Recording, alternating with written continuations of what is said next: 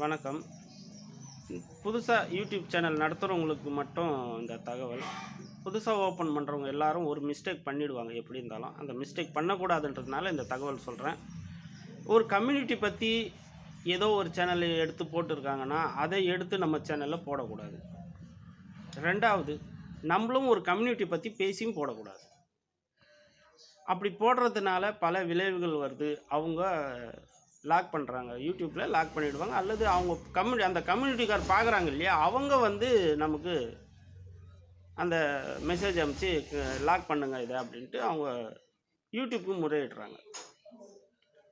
அதனால் என்ன ஆகுதுன்னா, அடுத்தது ஒரு 3 மாதத்துக்கு நம்மளுடைய சேனலை லாக் பண்ணி வச்சுருவாங்க யூடியூப்பில். அது கம்ப்யூட்ரு தானாக அதுவே பண்ணும் எல்லாமே. அங்கே யாரும் செயல்படுறதில்ல. ஒரு கம்ப்யூட்டரில் அவங்களே எல்லா செட்டிங்கும் பண்ணி வச்சுருக்குறாங்க. உங்கள் வீடியோவை அதுவே பார்த்து அதுவே கரெக்டானது கிளிக் கொடுக்கும். அது யாருமே இயங்குறதில்ல, அதுவே தானாக இயங்குது. இப்போ அந்த மாதிரி ஒரு 3 மாதத்துக்கு முன்னாடி இருந்து அந்த மாதிரி மாற்றிட்டாங்க அவங்க.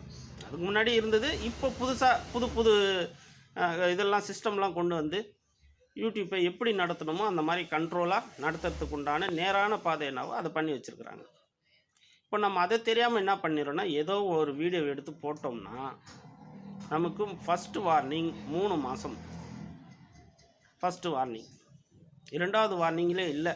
2வது வார்னிங் தடை பண்ணுறாங்க. அதுக்கு முறையிடுறதுக்கு 6 மாதம் 1 வருஷம் ஆகும். இல்லைனா மறுபடியும் புதுசாக ஒரு ஜிமெயில் போட்டு தான் நம்ம சேனலை ஓப்பன் பண்ணணும். 2வது வார்னிங் கிடையாது. புது ஜிமெயிலில் நீங்கள் மறுபடியும் புது சேனல் ஓப்பன் பண்ணிக்கலாம். ஆனால் அது வரைக்கும் இது மானிட்டேஷன் ஆன சேனலு. நீங்கள் உங்களுடைய வீடியோலாம் நல்லா போயிருக்கும், உங்களுக்கு உண்டான அமௌண்ட்டெல்லாம் வந்திருக்கும். அது எல்லாமே அப்படியே லாக் பண்ணிவிடுவாங்க. அதனால தான் சொல்கிறேன், ஒரு கம்யூனிட்டி பற்றி போடாதீங்க. அது தெரியாமல் மிஸ்டேக் நடக்குது, ஒரு முறை நடக்குது. அதுக்கு அவங்க வார்னிங் கொடுத்துருக்காங்க. அதாவது நீங்கள் தெரியாமல் செய்கிற தப்புக்கு ஒரு முறை வார்னிங், மன்னிப்பு உண்டு ஒரு முறை, அடுத்ததுன்றது கிடையாது. இப்போ என்ன ஆகுதுன்னா, இதனால்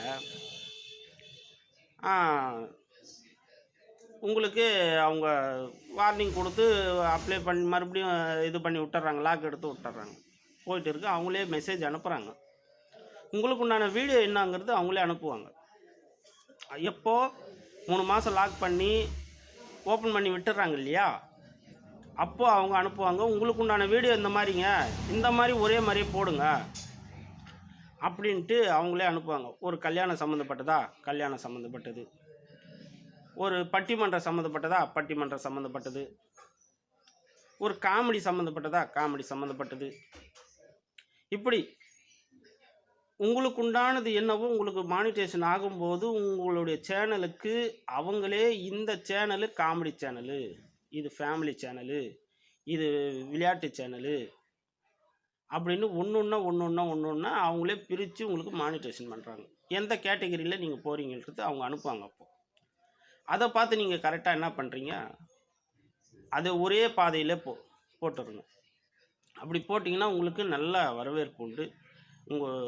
நீங்கள் போடுற எல்லா பதிவும் நல்லா போகும். உங்களுக்கு அவங்க சும்மா சொல்லக்கூடாது, அதுக்கு தகுந்த மாதிரி ஒரு இன்கமிங் கொடுக்குறாங்க.